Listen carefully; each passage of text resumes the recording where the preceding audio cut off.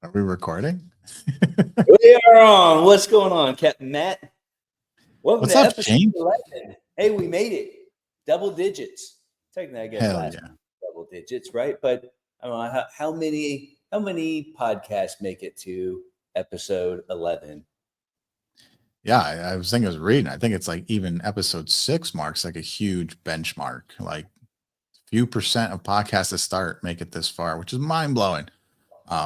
And I see from messages and listen times and downloads that hey, these guys are getting value out of this. That's super exciting, and we're gonna keep doing it as long as we keep providing value. All right. Well, hey, if you guys out there get any value watching these, give us a thumbs up. Tell us to shut up. Tell us, hey, appreciate you guys. Just something in the comment section. Well, that would be great. We appreciate that. So, Yeah. Matt, last week, right, we left off and we were going over this document that we made. We made it a while back.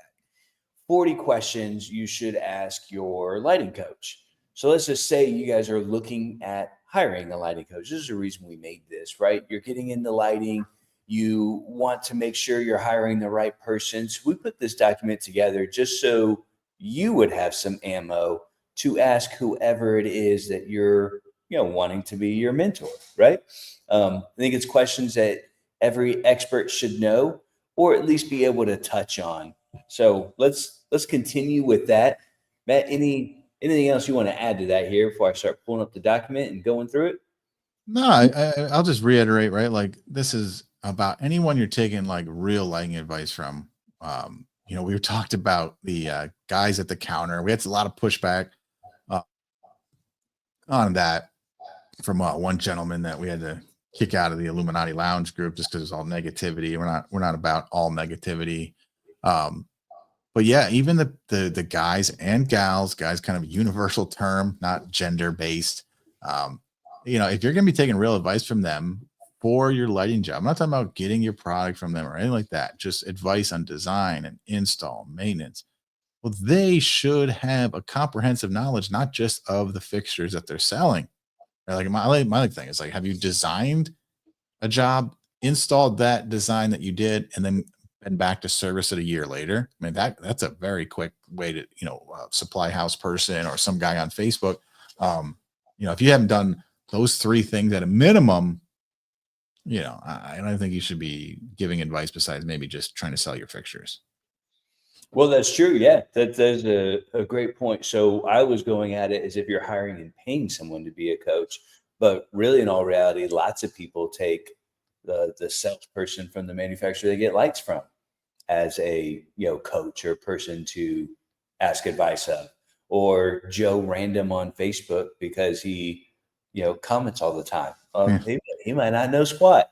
So here's some questions to see not only if you know, but if the person that is mentoring you knows. Not only if you know, but do we even know? Dun, dun, Do dun. we even know? I would say certainly I didn't know all these years ago. For sure. It's almost something you just kind of learn over time. Yeah. And if you don't know these, we'll ask someone who knows these because you should know as a lighting person in the field. You, the listener, right now, you should know these answers. All right, so I think we left off somewhere around number 5 on that last episode. What are your qualifications, to give me advice? Why would I listen to you? I think that's a really good question. We probably dove into that maybe a little bit. I'm not sure. Do you remember, Matt? I don't fully remember, to be honest. So I can't remember talking about it. So I would say, I mean, that's a hard one because anyone can answer that. Well, I've installed thousands of fixtures, which could be a true statement.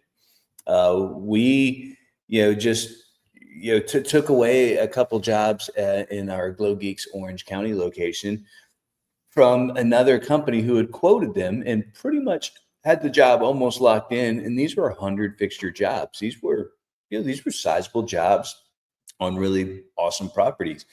We came in and showed them like, hey, that this design that you guys are about to ink is really horrible.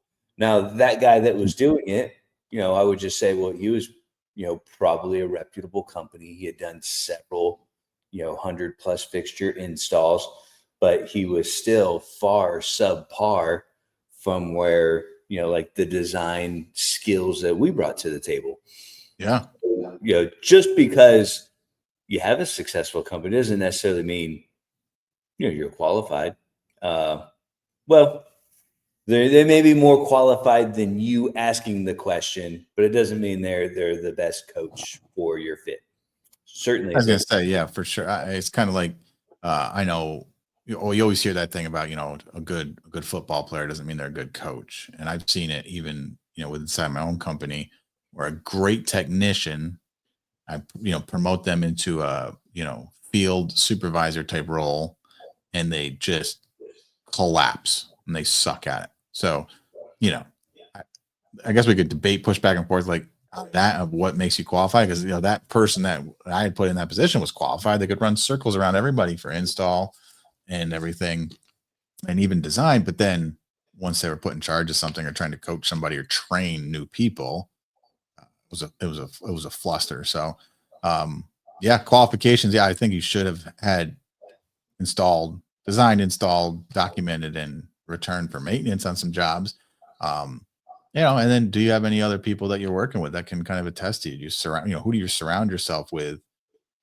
Is another good qualification, right? Because you can tell a lot of people a lot about a person from the circle that they keep.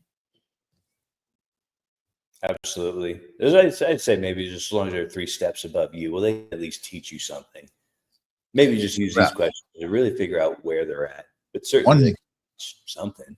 yeah, one chapter ahead is Russell Brunson, founder of ClickFunnels, will tell you, right? As long as you're one chapter ahead, you can coach somebody. And I like that because you at least one chapter ahead, um, you figured out what they need to figure out, but you have to continue, obviously staying a chapter ahead of those people. But yeah, they need to have installed lights though. I think that's a safety thing. Unless they're a business coach, obviously, I think a business coach that's just coaching you on business end of itself, they don't need to be in your niche, right? Like a business is a business at the end of the day. A home service business is a home service business. It's undertrue. This is a lighting coach, not a business coach questions. Right. That would be totally different. So, number 6 here. What products do you use and why? And Matt, why would we even ask this question? Well, yeah. So, the answer to this that I'm going to tell you look for is lifetime lighting systems. But that's not the real answer that you're trying to qualify the person for. It's the why, right? Why are you using the fixtures that you use? And I don't care what fixture it is. What is the reason that this lighting coach is telling you to use this, or the reason that they use it? Is it because of product support, design help, badass manufacturing, warranties, right? There should be a reason, and if the reason is price, yeah, that's an immediate for me a red flag because why does price why is that the number one motivator of the fixture you use? It's not a great look because we all know this, right? That usually you get what you pay for type of deal. Like if you're using a $25 fixture, um, you're going to get a $25 fixture. And so to expect it to operate, if that's your coach telling you to buy these cheap lights, I would run. Agree. Yeah. Price can be a reason, just not the number one reason. Obviously, we all want to Yeah. get a good deal and make more money. But when Right. you're buying the cheapest, I mean, you're buying the cheapest. You should not be charging a customer, full market rate, and you're buying the super cheap product. So you want to stay away from things like why go to the supply house, the Home Depots, the site ones, maybe even Ewing, even though I think Ewing probably has some fixtures that we would say are pretty good. I don't shop from there, so I wouldn't really know. But they probably have a range of cheap stuff and Sure. medium stuff. Yeah, I So would say that's a great point, right? If they don't actually have their top three manufacturers or brands that they work with, that's a red flag too, because if they're a lighting coach, they know how much maintenance is going to matter and inventory and all that. So they can't name the brands that they use. And most people use multiple brands, right? They have their core brand, their first line, second line, and third line, for unique fixtures and specialty stuff. So, um, yeah, I would just say that if they don't actually have the top two or three manufacturers that they recommend, like they probably are just buying whatever's available on the shelves. Yep. I mean, for us, right? Well, if you asked us, well, like my answer would be predicated upon, how does it adhere to our seven deadly sins? How does it block glare? Does it have a shroud? Does it have a hex louver? What is the adjustability on it? Is it easy? Is it easy to change from a stake to a wall mount? Because we commonly in the field Yeah. change our mind on, no, this needs to be a wall mount for this reason, or what, this really needs to be a stake, or we need to mount it on a tree. I can't put it in a stake because there's no mulch bed, along the tree. So like it needs to be flexible in the field. How long is the wire lead? Do they come with little 3-foot leads? Well, that's a pain in the butt. Do they come all boxed and packaged and I got to lamp it and grease it? And that takes me 15 minutes a fixture, which costs me money. What all of these things kind of come into mind when I'm looking for products, which is kind of why our favorite product is Lifetime Lighting Systems. Long before this podcast or Lifetime Lighting Systems was a sponsor, Sure. that's what we used because it answered all those questions. Absolutely. Yeah. Great point. All Great right. answer. Great answer. You're hired, Shane. Numero siete.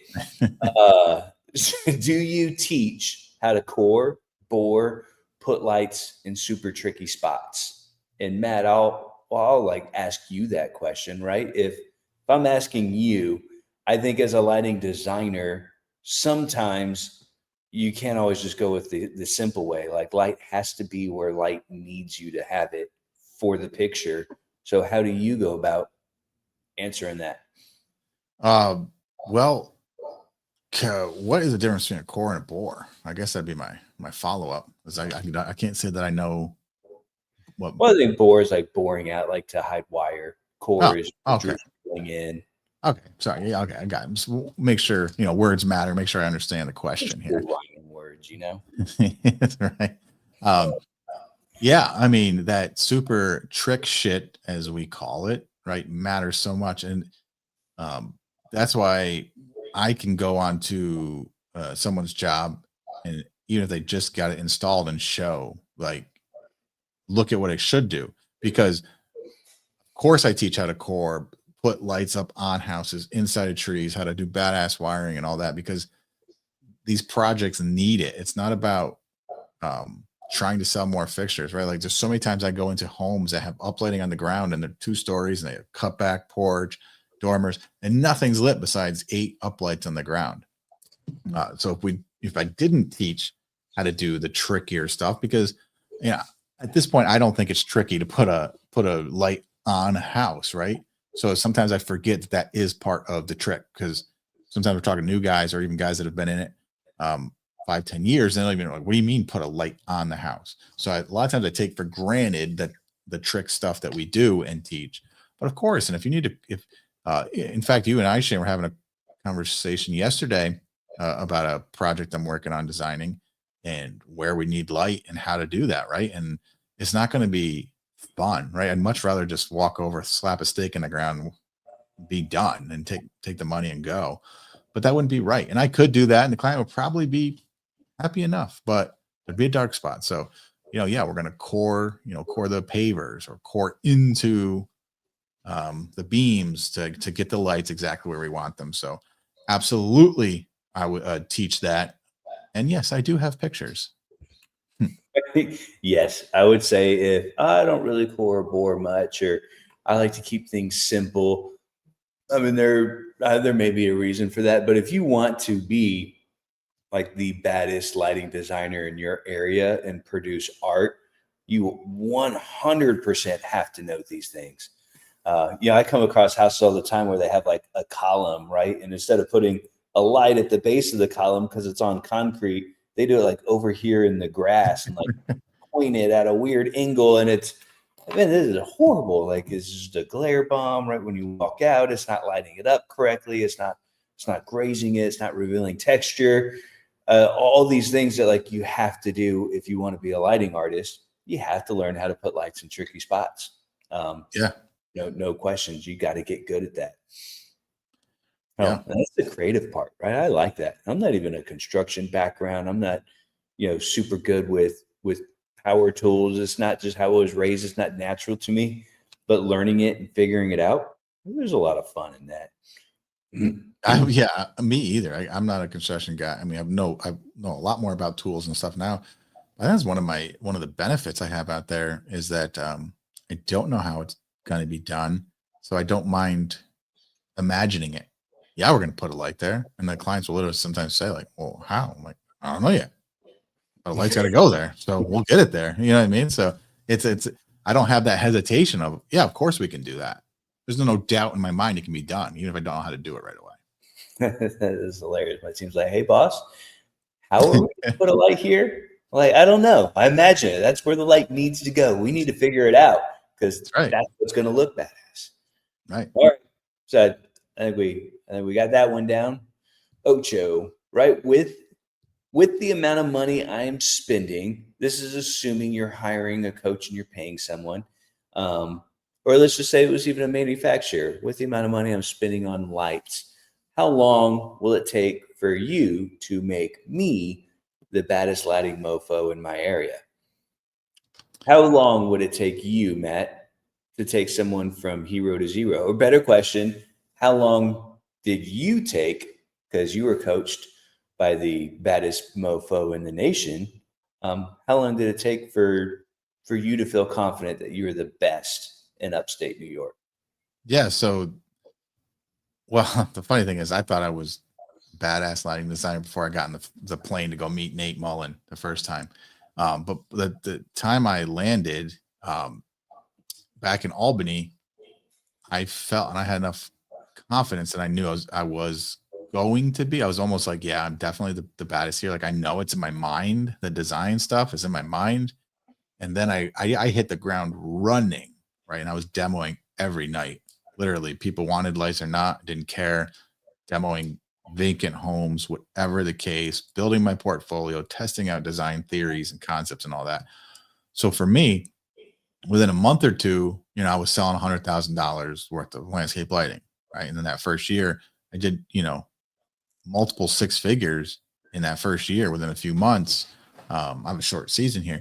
So I was dedicated, right? I went like all in. I wasn't side hustling, wasn't washing houses or doing anything else. It was just, I'm doing lighting, I'm doing it.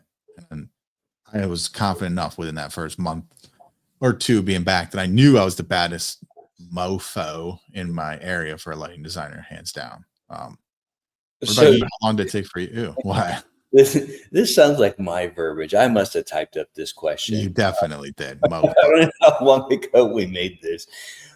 So you went from thinking you were the baddest mofo to knowing you're the baddest mofo within 90 days. Yeah. I mean, we'll do that transition, right? I leave New York to go to California. When I'm leaving, I'm like, I'm good. I know lighting design. I do lots of badass Christmas stuff. In California for maybe 2 hours, and then I realize I know nothing about anything when it comes to lighting design. And like, it's kind of like the boot camp, right? You get just torn apart, realizing that you don't know what you don't know, and you're like, holy shit, I don't know anything. Like you have to be honest with yourself, like, okay, I was wrong. And then so landing back in Albany, thought I was a couple months, I knew I was.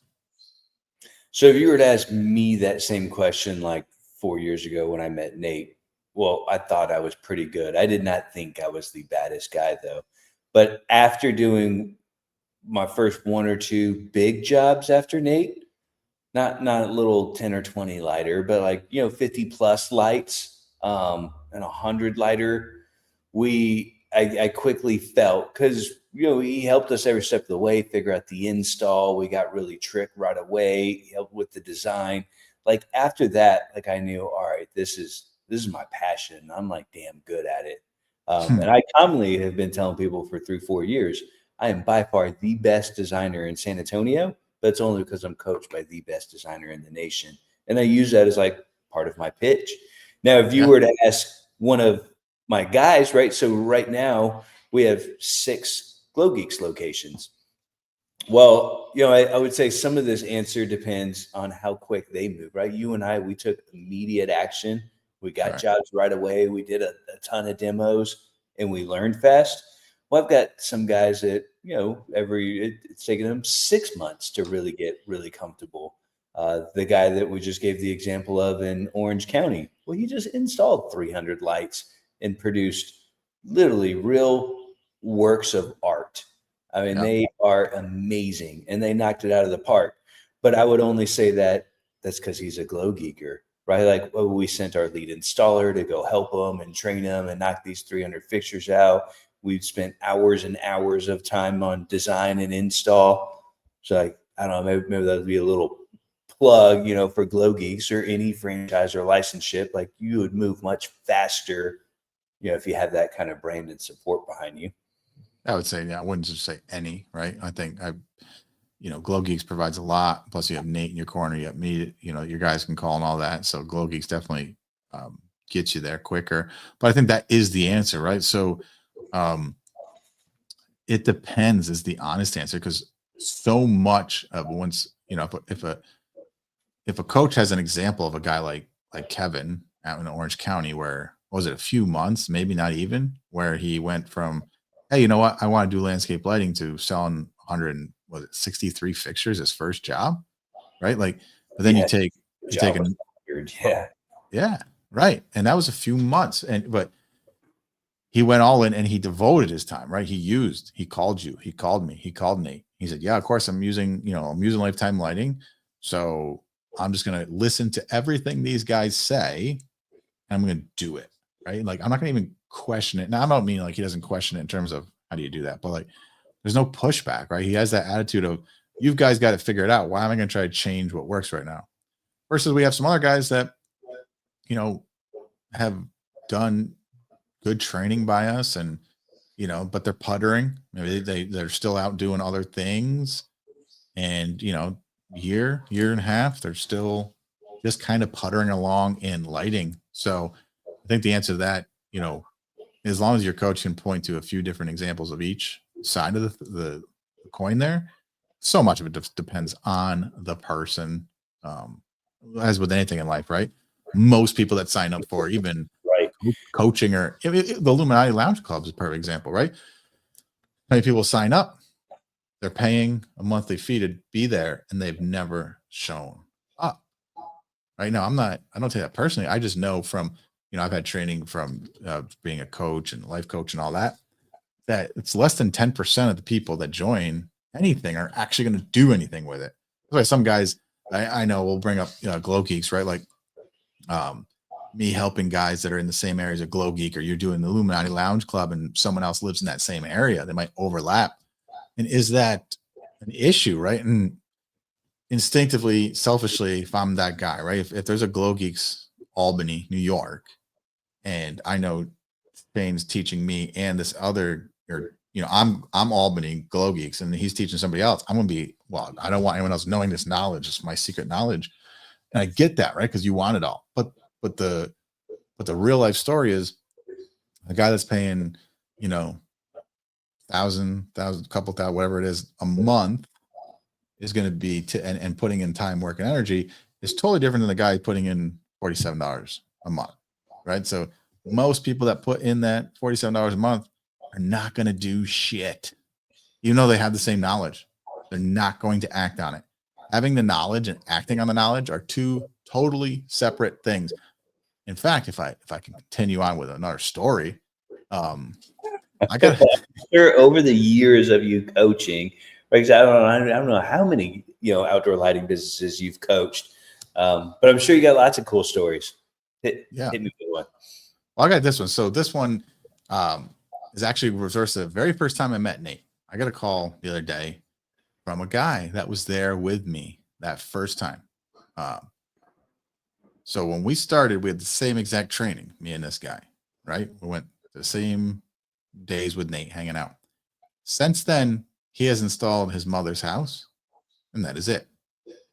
And he called me up like, "Man, you're going crazy. you're teaching, you're training, you're educating, you're doing all these jobs. It's so badass. I'm gonna get serious about it. I'm thinking about really getting started. And I said to him, you realize we both started in the same day. Like we met Nate the same day together. We had that same first training. So there's a perfect example of someone who's like takes that. We both had the same knowledge. I went home and I acted on it as fast as I possibly could. It's been years and he's still waiting to act on it. It's incredible. Incredible story. So got out of that, great guy, by the way. Love you, buddy. get off your tail and make some action. And I'm sure that guy's not being lazy and just not taking action. Just life gets in the way. You get busy making money doing other things, and you just he's got another business. Yeah, I assume so. Yep. Yep. All right. Easy answer here. I would like to see pictures of 20 kick-ass jobs that you've done. Every installer just has pictures that are easily accessible. I would say, yeah, if you don't have pictures of your jobs or even an installer, sometimes it's hard to go back at night and like grab those pictures. But you at least get pictures during a demo process or on your really baller jobs. You get pictures. Would you say that it would be easy for you to show me 20 cool jobs that you've done? Yeah, for sure. I mean, it might take time to find the 20 separate ones as I'm scrolling and everything. I don't have like a pretty folder on my phone for badass lighting jobs because there's just so many of them. Why put them into a folder? But yeah, no, of course, right? Like when we do badass work, even to this day, right? I still love it when I go and I see it. And I'm like, even there was a smaller job that I went to take photos of the other day, and I don't know how many pictures. It's small, 20. Let's call it 20, maybe 25. And I'm like, I'm smiling when I'm seeing it. I'm like, this is badass. Like it came out of my mind. It came out of my mind, and now it's on their house, and it looks badass. They love it. I made money. This is badass. And so yeah, I'm still enthralled every time I go back to see the work and take the pictures. So absolutely. How about you? Could you pull up 20 on your Android, or is that not a thing that Android does? No, Android take pictures.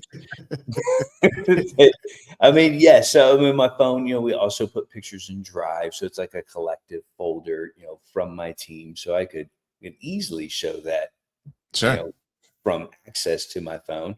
I'm sure my phone, I've got little folders, where I put permanent lights, bistro lights, color changing lights, landscape lights. So yeah, I've got it fairly organized. Oh, really? So I like have those folders and I do them when I'm making the folder, but I never like continue on as I continue to take new pictures. Are you saying that you actually maintain that as you go? When I'm bored at a doctor's office or in the airport or something, I'll Sitting go on the toilet. my camera feed. No, I'm Yeah. never bored. I'm never that bored.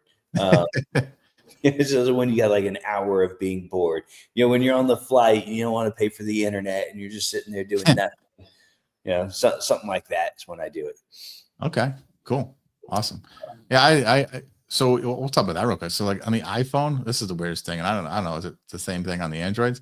Is like you can put all the photos into folders, which is great, but it still keeps it like it doesn't actually move the thing. So like when I'm trying to go through, I don't know, is that picture already in landscape lighting or so that's a very frustrating thing on the iPhone. Is Samsung actually move so like you can just see pictures that aren't in that folder?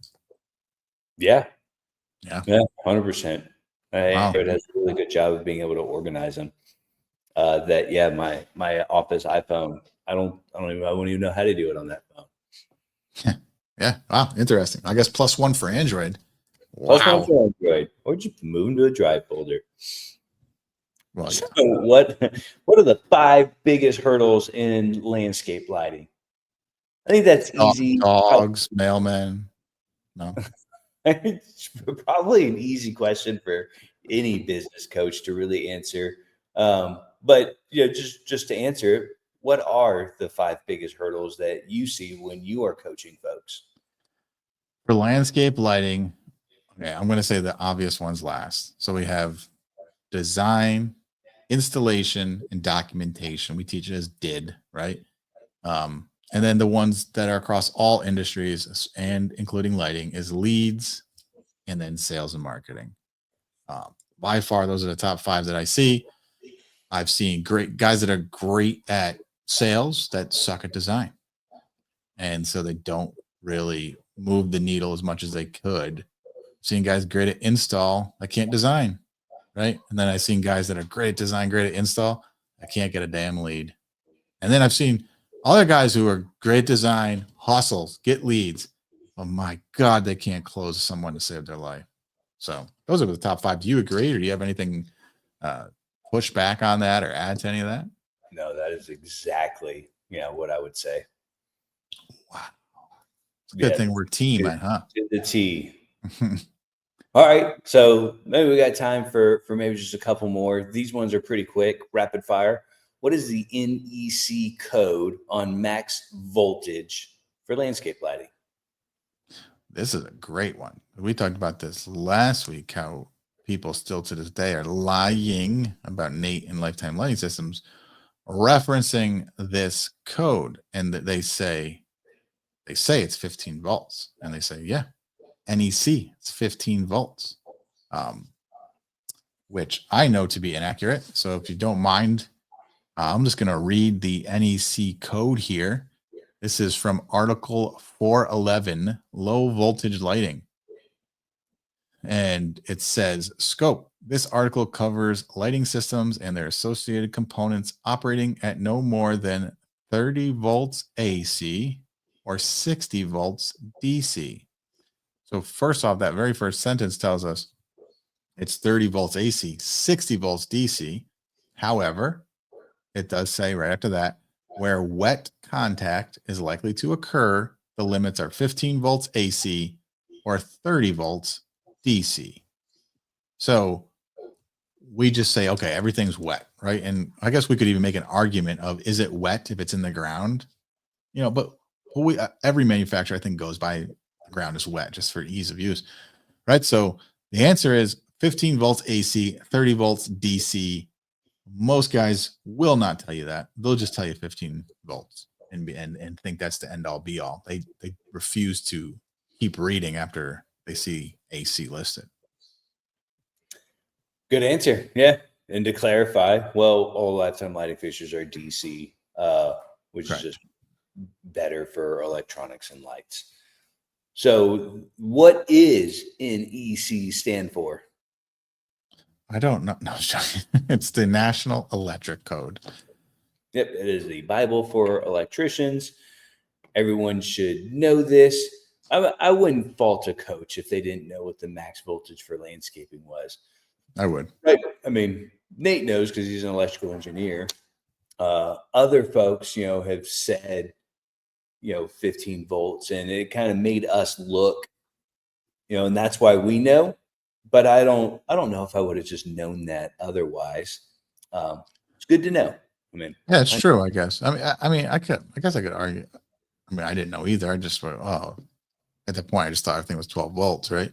When I first started. But I mean, I think it's kind of our job to make sure what we're doing things right for our clients. Like, yeah, I mean, there's some permanent lighting systems that are 48 volts. Well, is that allowed? Right? Like, I think that there's some things that we should need to know, because I didn't know. I don't know. I don't think that's the right answer, because can I add an outlet to someone's house? I know how to do it, so that should be fine, right? Right. I would say if you're coaching people, you should at least, that's a very general rule to know. They don't need to know the entire Article 411 and every subsection code, because that'd be crazy. There's probably not a man alive that does know it, or woman. But the very basic principle of how many volts can I use for landscape lighting, that's a basic question in my mind for a coach. I'm not talking about letting a guy in the field necessarily. Well, I would definitely say if you're a coach and you answered it wrong, well, then that just kind of makes you more of an idiot. I'd rather you not answer it at all than answer it wrong, because that just means you just really don't know. And you can Google that answer. It's not like it's hard to find. Right. What is the NEC rule on distance from water? Pool. Fountain. Yeah. I mean, I know this. It's a very convoluted answer, but we'll just say 5 feet, as long as it's a pool rated transformer. There's a lot of subsections to that bad boy, though. Right. What are things that light does to an object? So Uh, this is, I mean, we know, yeah, there's an acronym for it, that we know that we kind of teach. I don't know if everyone necessarily knows that same acronym because it's kind of something for lighting trade school specific, but we rat, are looking for an answer. Like you do have to know how light interacts with an object. What we teach? rat. We remember it as rat, right? Reflects, absorbs, and transmit. A light only does three things: reflects, transform. Whoa, Matt. Reflects, absorbs, transmits. Now we're saying it funny, and that's why I'm getting stirred up in my words here because it's actually art. But in one of Nate's slides, he has it as rat, and it sounds so much better to poke fun at Nate when That he's was funny enough. I like acronyms, and he kept saying that. I was like, well, man, I need a way to remember that. So I was like, reflects, absorbs, transmits, and playing with the words. And I was like, rat. That's how I'm going to remember it. And then another guy in the room, he said, why don't you just do art? Way more sense than rat. But either way, both work. Yes, I love So it. yeah, reflects, right? If you have white soffits, so a white wall, you're lighting up a white concrete, a white shiny object. Like, well, you need to know that light's going to reflect off that more, and you get more spillover light or incident lighting. That is something you absolutely need to know, and you need to know the opposite of that. If you're trying to light up a black asphalt driveway, if black homes are kind of a common thing these days, if you're trying to light up a black home, well, you need to know that the light's going to get absorbed up. It's not going to be the same as if you're lighting up a light colored home, and you need to incorporate stuff like that in your design.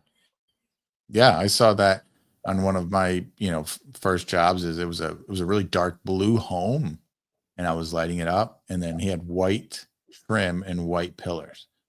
Well, good Lord, were those pillars like Jesus Christ himself had come back compared to the rest of that house? Like that's when that one really sunk in, like, wow, like that dark blue is not black, it's not brown, and there is a huge difference in what's happening with the same exact fixture on white versus dark blue. So super important to learn and let sink in because it's not just uh, it actually matters. It's not one of those things that we talk about that doesn't actually matter. Like that matters.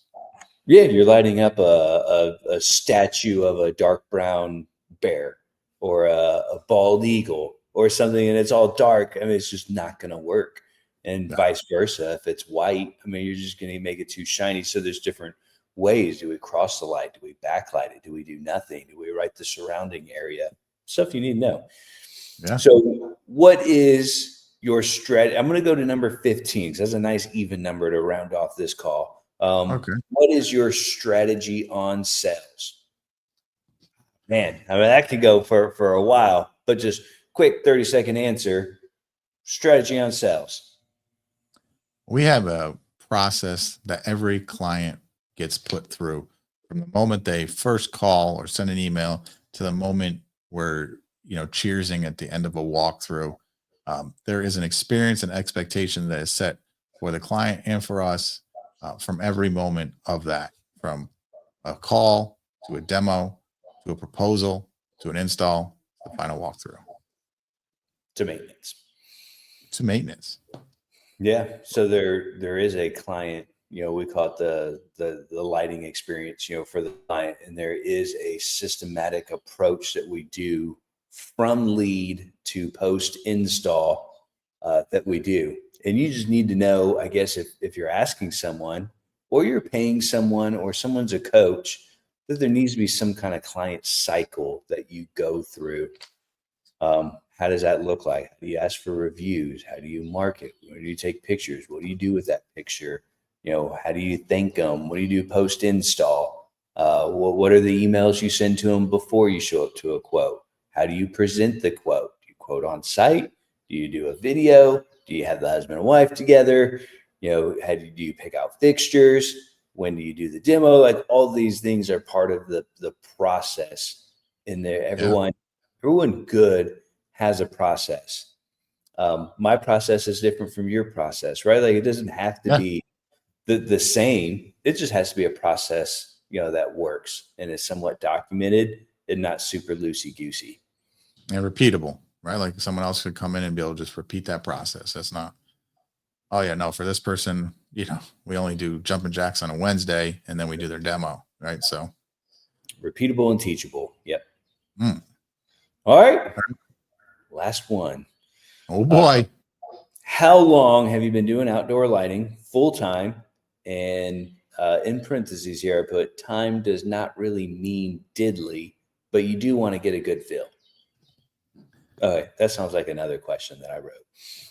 It was absolutely. I think you're the only person is going to write diddly within the lighting trade school.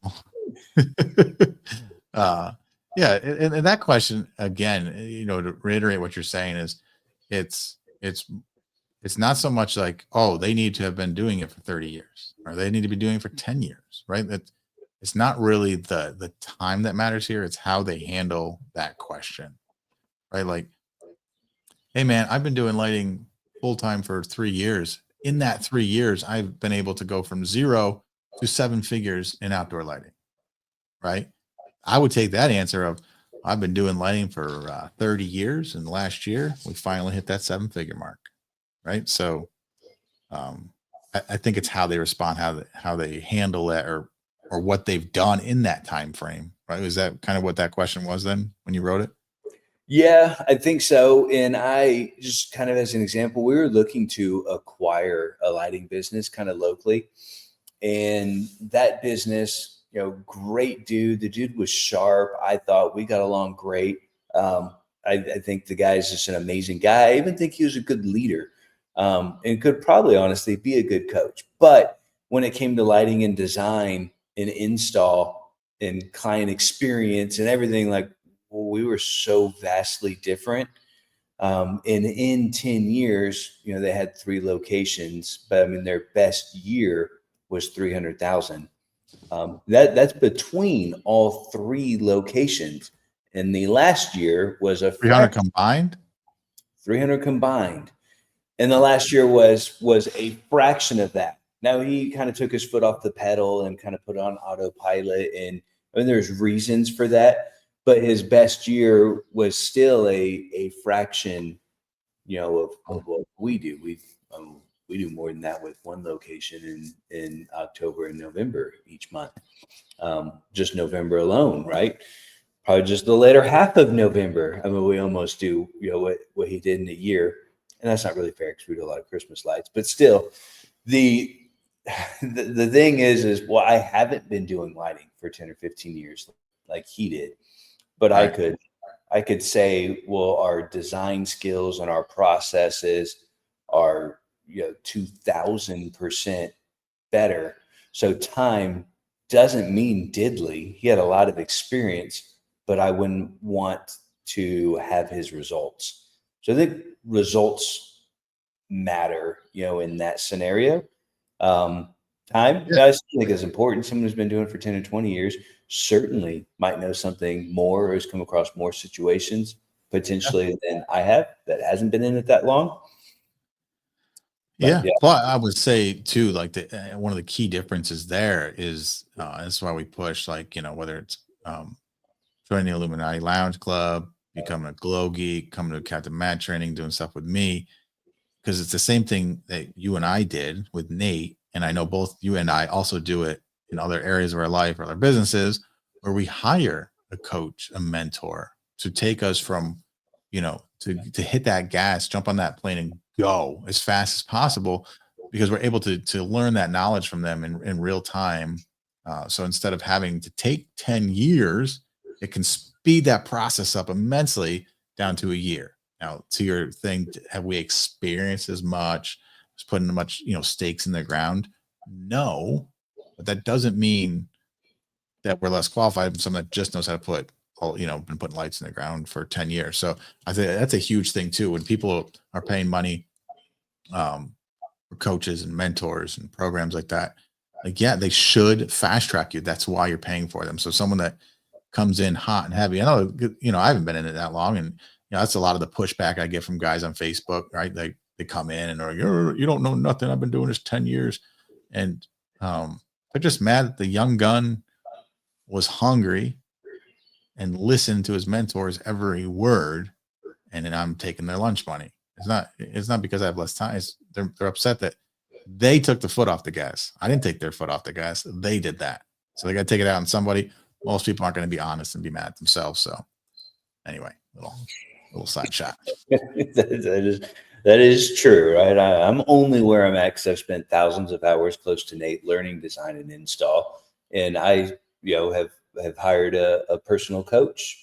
Probably for the last 15 years or so, we've always been in a mastermind or some form of business coach that's not even related to lighting. Yeah. So we can continue to pour gas on our fire, motivate. I want to go quick. I want to do it. I want the fast track, not the slow track. Right. That's right. I want slow track on vacation. The mimosa in my hand. Other than that, I want fast track. I saw a shot glass said, work like a captain, party like a pirate. So maybe I'll put that on the back of the shirts for guys. There you go. That's nice. All right, lighting world. Thanks for joining us here on another episode. Please again, remember, comment. Just say, hey, that was good info. Or hey, Matt, I don't like your hair. Miss America over here. Comments, we appreciate it. If you want to talk more about coaching, Glow Geeks, or Captain Matt Outdoor Lighting Coaching, well, comment, reach out to us. We've got a Facebook group, Captain Matt Outdoors. What is your email? Yeah, Captain at CaptainMattOutdoors.com. There you go. That was close. You're Shane at Glow Geeks, GLOgeeks.com. Reach out to us. We want to hear. We want to help. Let us know if we can help with the design, point you in a direction, ask us a question. That's what we do this for. We enjoy it. That's why we're doing a training. Matt, you got to get to your training because you got a training here in the next 48 hours. We're starting tomorrow and Friday. I got guys coming in tonight for the demo. A couple hours. And I'm doing the same here in 2 weeks in Dallas. Híjole. All right, buddy. I got to go to the field and call my guys. All right, man. I'll see you soon. Better world.